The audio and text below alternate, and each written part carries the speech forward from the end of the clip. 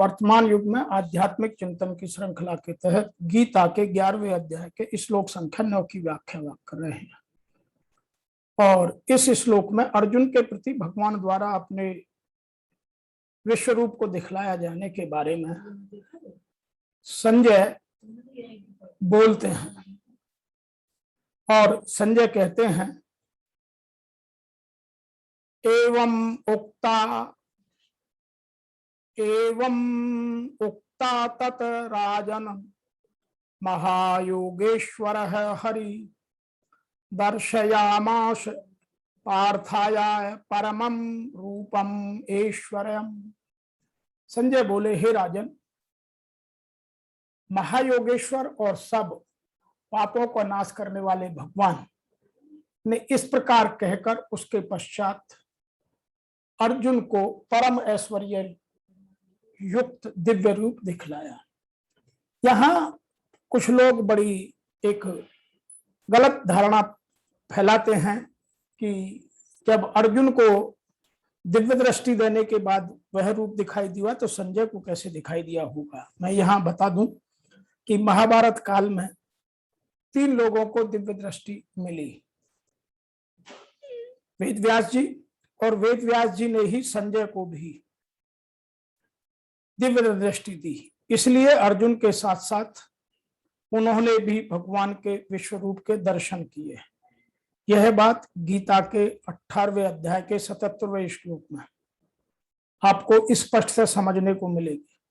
अब संजय उसी विश्व रूप का दृष्टांत से वर्णन करते हैं। वो कहते हैं, महायोगेश्वर भगवान श्री कृष्ण ने अर्जुन को परम ईश्वर विराट रूप को दिखलाया। तो यहाँ का भाव यह है कि भगवान को महायोगेश्वर कहने का तात्पर्य यह है कि भगवान संपूर्ण योगों के ईश्वर हैं। ऐसा कोई भी योग नहीं जिसके ईश्वर या स्वामी भगवान न हो। सब योग भगवान के ही अंतर्गत हैं। In English, Sanjay said, having thus spoken, O king, then Hari, the great lord of yogins, showed to the son of Pratha the supreme form as Ishvara. Some people are describing, O king, having said this, Hari, the great lord of yoga, then showed Partha the divine and supreme form. मैं इस बात को और थोड़ा आध्यात्मिक तरीके से व्याख्या करने के लिए कहता हूं कि परम रूपेश्वरम, पूर्व श्लोक में भगवान ने जो कहा था कि तू अपने चर्म चक्षुओं से मुझे नहीं देख सकता, इसीलिए मैं तेरे को दिव्य चक्षु देता हूं जिससे तू मेरे को देख सकेगा। उसी के लिए संजय ने यहाँ एवं मुक्तवा पद किया है। चौथे श्लोक में अर्जुन ने भगवान को योगेश्वर कहा और यहाँ संजय ने भगवान को महायोगेश्वर कहते हैं। इसका तात्पर्य है कि भगवान ने अर्जुन की प्रार्थना से बहुत अधिक अपना विश्व रूप दिखवाया। भक्त की थोड़ी सी भी वास्तविक रुचि भगवान की तरफ होने पर भगवान अपनी अपार शक्ति से उसकी पूर्ति कर देते हैं। तीसरे श्लोक में अर्जुन ने जिस रूप के लिए रूपेश्वरम कहा, उसी रूप के लिए यहाँ संजय ने परम रूपेश्वरम कहते हैं। इसका तात्पर्य यह है कि भगवान का विश्व रूप बहुत ही विलक्षण है।